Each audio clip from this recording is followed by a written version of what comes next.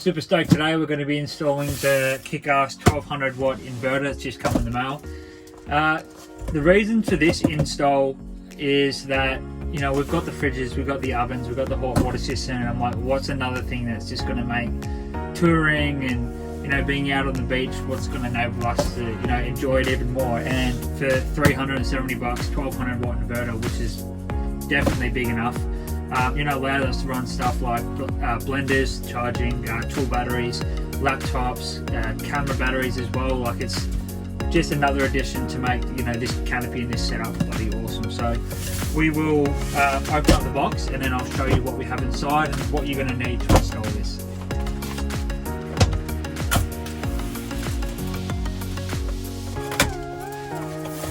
Straight out of the box,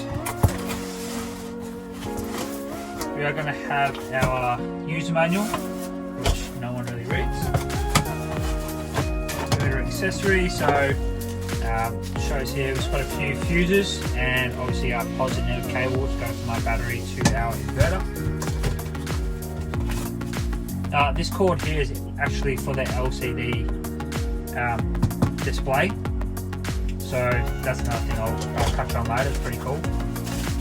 So that's the little cover for the LCD display, and there it is there. So if I'm not wrong, it's 5 meters of this cord, so you can remotely mount this. Say I'm going to have the inverter on this side, you can buy this little monitor on the other side. It's really cool, and we'll touch on why later that's so cool and handy. And then we have the actual inverter itself. Really good looking unit as well. It's actually quite light.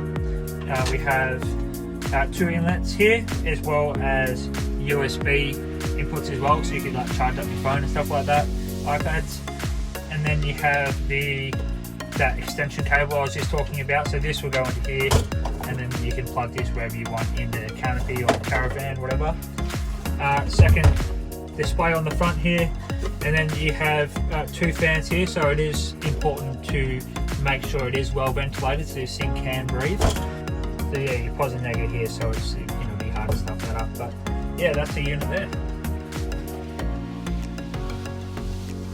Okay, so this blue lug here is actually from the positive, and this is from the negative. So this will plug straight into the inverter, and just to make sure it's safe, we're going to have this lug here plug into the resettable fuse here, which will then go into the inverter as well, with the other red supplied cable. Now it is really important, you know, for the safety of your vehicle or your caravan or wherever you're putting this inverter in, it is to make sure you do have a circuit breaker or a large fuse in it. Australian Direct sell these style of fuses, same as J-Car as well. These are handy because if for whatever reason there is a short out, this bang goes up and it's reset. You don't have to buy a new fuse every time, so I find circuit breakers handy on an application like this. Okay, so the fuse is screwed in. This works like that. I put a little bit of conduit on it. This sort of makes everything look a bit tidier.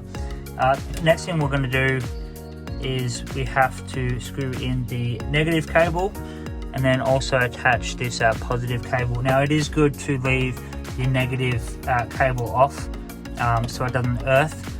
It's just safer. So we're going to go ahead and install our red cable first, and then we'll be able to screw in our black cable. Check it, make sure everything's working, and then we'll just screw in the inverter, and that's install complete.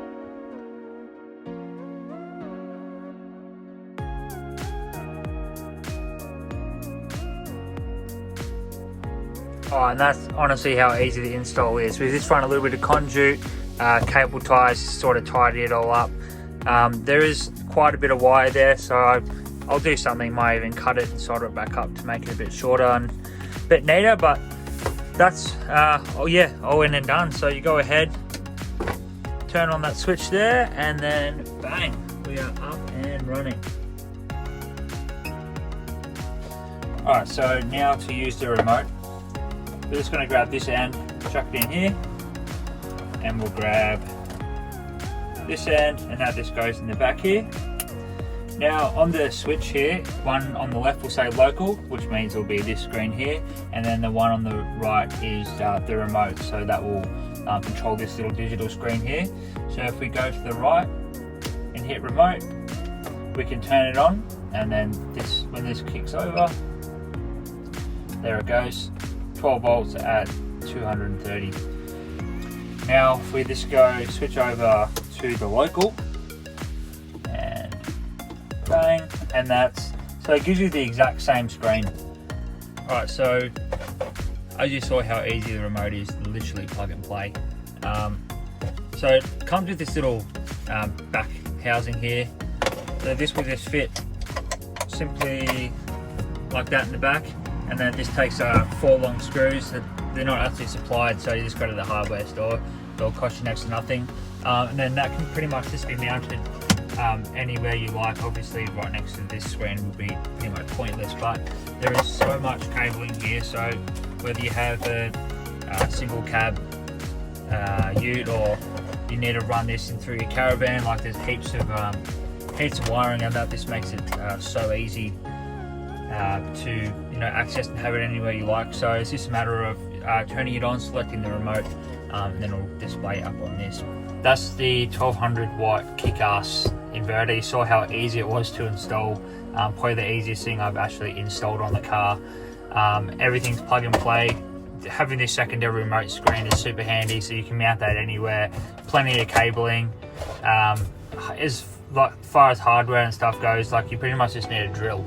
Like it is super simple. And getting that conduit as well, this really tidies up the whole wiring and makes everything look neat and professional. So yeah, head over to the Australian Direct website if you do want one of these, or just an inverter in general. There's so many on the market, but you've heard the reasons why I went with Kickass anyway. So thanks for watching, and I'll see you on the next video.